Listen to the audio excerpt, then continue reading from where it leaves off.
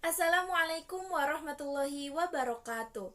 Halo teman-teman semua, kembali lagi bersama saya Galbi Abiyati, mahasiswi dari jurusan Pendidikan Bahasa Arab semester 4 kelas C.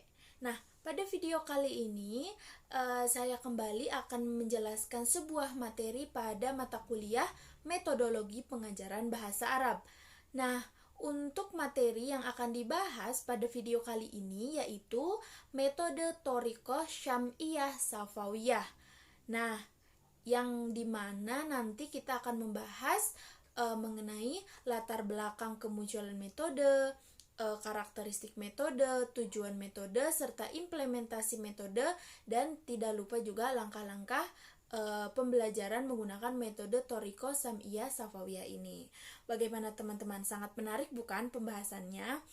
Oke, untuk mempersingkat waktu, mari kita masuk ke pembahasan yang pertama atau materi yang pertama, yaitu latar belakang kemunculan metode Thoriqoh Syam'iyah Safawiyah ini.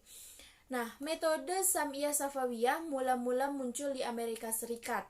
Kelahirannya tidak terlepas dari konteks sosial politik negara tersebut, yaitu ketika terjadinya pergolakan Perang Dunia Kedua.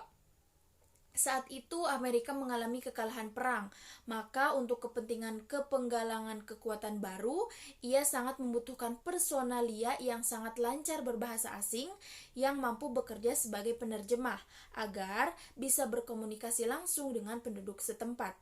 Untuk memenuhi kebutuhan tersebut diperlukan suatu program yang mampu mengembangkan kemampuan berbahasa asing secara cepat.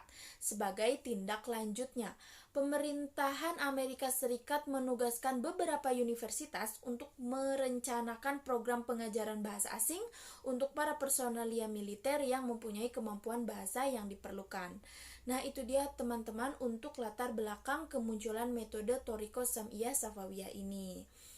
Nah, kita akan lanjut ke pembahasan yang kedua, yaitu landasan teori metode Thoriqoh Syam'iyah Safawiyah. Landasan teori metode Thoriqoh Syam'iyah Safawiyah. Metode ini memandang bahwa bahasa sebagai aspek lisan yang termasuk ke dalam seperangkat simbol fonetik, sistem morfologis, dan gramatikal yang berhubungan dengan strukturalisme formal untuk mencapai suksesnya komunikasi. Itu dia untuk landasan teori dari metode Thoriqoh Syam'iyah Safawiyah. Nah, kita akan lanjut ke pembahasan yang ketiga, yaitu karakteristik metode Thoriqoh Syam'iyah Safawiyah. Nah, ada beberapa karakteristik dari metode Thoriqoh Syam'iyah Safawiyah ini, teman-teman. Apa saja? Yang pertama, tujuan pengajarannya adalah penguasaan 4 keterampilan berbahasa secara seimbang. Yang kedua, urutan penyajiannya adalah menyimak dan berbicara, baru kemudian membaca dan menulis. Yang ketiga, model kalimat bahasa asing diberikan dalam bentuk percakapan untuk dihafalkan. Yang keempat, penguasaan pola kalimat dilakukan dengan latihan-latihan pola. Yang kelima, kosakata dibatasi secara ketat dan selalu dihubungkan dengan konteks kalimat atau ungkapan, bukan sebagai kata-kata lepas yang berdiri sendiri. Nah, yang keenam, pengajaran sistem bunyi secara sistematis agar dapat digunakan atau dipraktekkan oleh pelajar dengan teknik demonstrasi, peniruan komparasi, kontras, dan lain-lain. Yang ketujuh, pelajaran menulis merupakan representasi dari pelajaran berbicara. Yang kedelapan, penerjemahan dihindari. Yang kesembilan, gramatika tidak diajarkan pada tahap permulaan. Yang ke-10, pemilihan materi ditekankan pada unit dan pola yang menunjukkan adanya perbedaan struktural antara bahasa asing yang diajarkan dan bahasa ibu pelajar.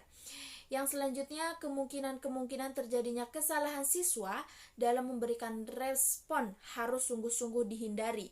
Selanjutnya, guru menjadi pusat dalam kegiatan kelas. Dan yang terakhir, penggunaan bahasa rekaman, laboratorium bahasa, dan visual sangat dipentingkan. Nah, itu dia teman-teman untuk karakteristik dari metode Syam'iyah Safawiyah. Kita akan lanjut ke pembahasan selanjutnya, yaitu mengenai tujuan metode Thoriqoh Syam'iyah Safawiyah. Nah, tujuannya itu seperti apa? Tujuan dari Sam'iyah Safawiyah adalah agar siswa dapat memahami dan mempraktekkan ujaran atau percakapan berbahasa Arab, baik dalam kegiatan sehari-hari maupun yang digunakan dalam forum resmi. Nah, itu dia teman-teman untuk tujuan dari metode Thoriqah Sam'iyah Safawiyah ini.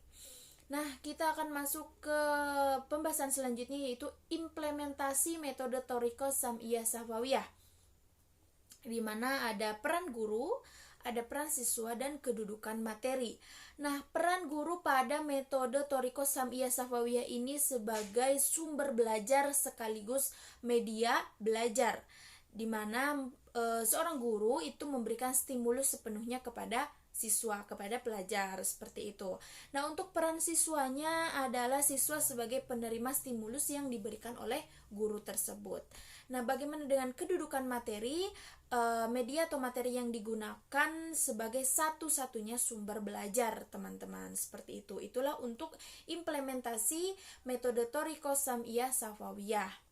Nah, kita akan masuk ke pembahasan terakhir, yaitu langkah-langkah pembelajaran menggunakan metode Thoriqah Sam'iyah Safawiyah ini. Nah, seperti apa langkah-langkahnya? Yang pertama, pelajar harus menyimak, kemudian berbicara, kemudian membaca, kemudian menulis. Jadi menyimak, berbicara, membaca, lalu menulis. Yang kedua, tata bahasa harus disajikan dalam bentuk pola atau kalimat dialog dengan topik situasi sehari-hari. Yang ketiga, latihan harus mengikuti seperti apa yang sudah dijelaskan. Nah, yang keempat, semua unsur bahasa harus disajikan secara bertahap. Dan yang kelima, yang terakhir, kemungkinan untuk membuat kesalahan dalam memberi respon harus dihindari. Nah, teman-teman, itu dia pembahasan kita pada kesempatan kali ini mengenai metode Thoriqah Sam'iyah Safawiyah. Semoga apa yang saya sampaikan dapat bermanfaat untuk kita semua. Saya juga minta maaf apabila saya masih ada salah-salah dalam menjelaskan materi. Kurang lebihnya saya mohon maaf. Wassalamualaikum warahmatullahi wabarakatuh. Sampai jumpa.